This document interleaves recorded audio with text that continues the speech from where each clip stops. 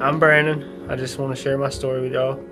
I was born in Waycross, Georgia, and my grandparents adopted me.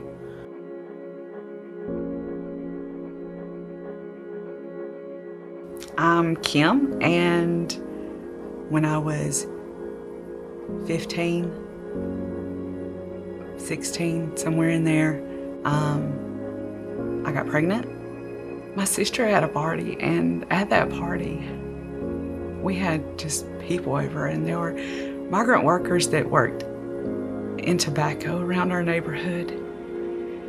And there was a lot of Hispanic people that came. And I was like, oh, I'm 15, and I'm cute, whatever, I wasn't even thinking about boys, really. I wasn't. I guess just when somebody pays you attention, then you're like, wait, whoa. So I was like, I never thought further into it than like, oh, a boyfriend, But the no turned into a yes because the yes was easier. The yes was not having to fight against somebody. When you try to get out of the car and it's a no on his end, you're not getting out of the car. So that no turned into my yes. And that's how I ended up pregnant. And I stayed in denial for the 9 months. And then I deliver a baby and I tell my mom, I don't know what I'm gonna do. I don't know how I'm gonna do it because I don't know anything about having a baby. We'll adopt him if that's what, you feel comfortable with, and I did because I knew that was a safe place. And I knew I didn't turn out half bad.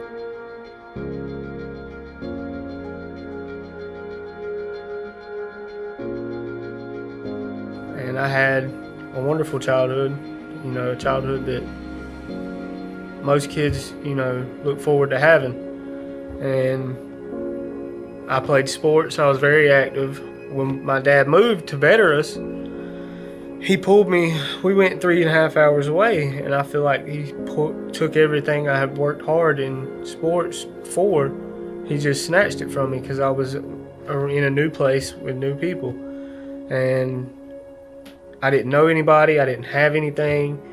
I had them, and I had a roof over my head. I had food. I had everything that you need to survive, but I didn't have my friends and my sports that, because the school we moved to didn't have a golf team, and I was fixing to be the #1 player on the golf team in Pierce County. When they did that, I had some resentments towards them, and I just started rebelling, like being bad in school, getting rode up, getting kicked out of school, ISS, OSS, alternative school. It was just one thing after another. And then I started dibbling with pills, got into pills, and that, it was cool, at first I was doing it to be bad, just to be being bad, I guess, be a teenager. But I didn't know later on in my life I would become addicted. And I was really just waiting for it to be over with, and not like through with addiction, I was waiting to be in the obituaries. Not intentionally, but intentionally. I was in and out of jail from 18 to 26. I was in and out. It was county time, PDCs, for drugs, disobeying the law, just all kinds of DUIs, obstruction, lying to officers, because I didn't feel like nobody was above me. I thought I could do whatever I wanted to do, and it was going to be okay because I didn't care. But that was the drugs taking over my body and my mind. Like, they were taking over my mind, telling me I didn't care because as long as I get high, that's all that mattered at the time.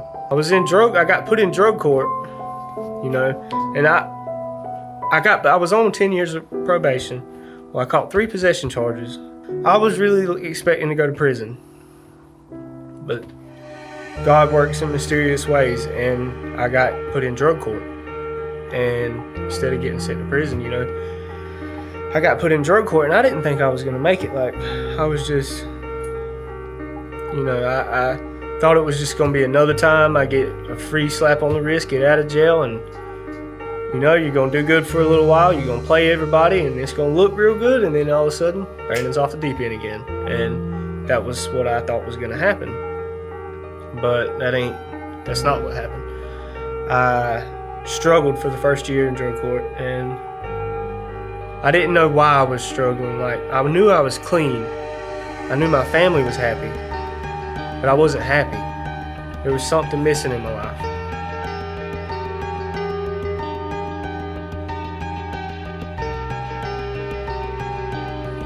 My husband believed in God, and he believed in prayer, but was not saved.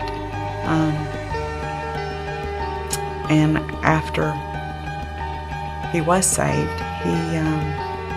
I asked him, where would you like to start going to church? And he said, I'm not ready for that. And I said, okay, so when you get ready, we're going to keep praying about it. And when you get ready, we're going to go.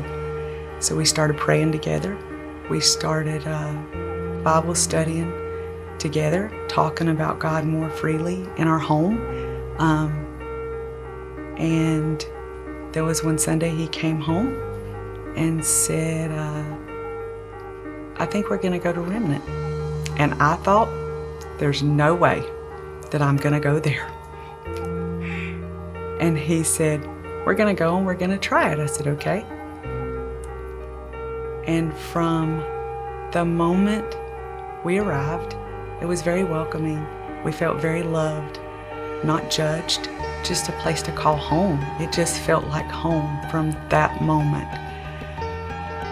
After rededicating our lives, you know, and we had prayed many prayers for our family to come to join us in serving and in Christ, you know, come and worship with us, come to church, bring our grandkids, you know, and we encouraged that. We went through Grow, and we partnered with the church. I think since then my family has partnered with the church as well. And when you partner with the church and you go through Grow, you have the opportunity to write a name on the board. And my one name was Brandon.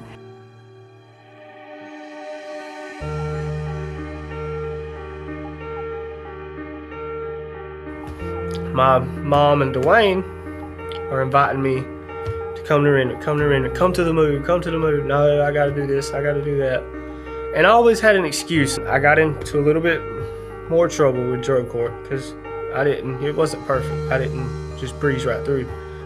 And I got in trouble that last time for steroids, and I didn't even know they could test for them, so I thought I was getting by with something. You know, I guess that addictive behavior was manipulating, like I'm getting away with something. Here we go. I had got caught, and I want to think around the same time I got caught, within a week span, I was up here at Remnant.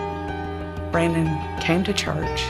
The first time he came to church, he went to the altar, and there's no words to describe the feeling of knowing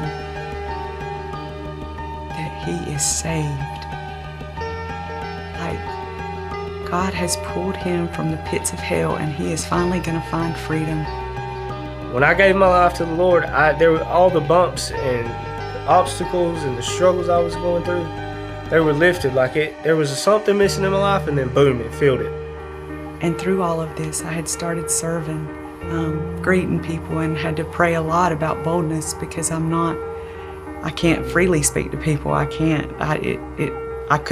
I can now, but I couldn't then. And I found myself giving back to people, being a smile, being a hug, and being the hands and feet of Jesus. If somebody needed prayer, I was there, and I would do that for them. And through serving, then Brandon started serving, and my daughter-in-law works the nursery, and my parents come and serve. My children are serving, not just serving God, but serving people, because saved people serve people. And as long as we have a pulse, we have a purpose, not just in life, but in Christ. And when you see your children serving people and loving on people and meeting people where Christ met us, that's good. And that's something that'll warm a mom's heart every time.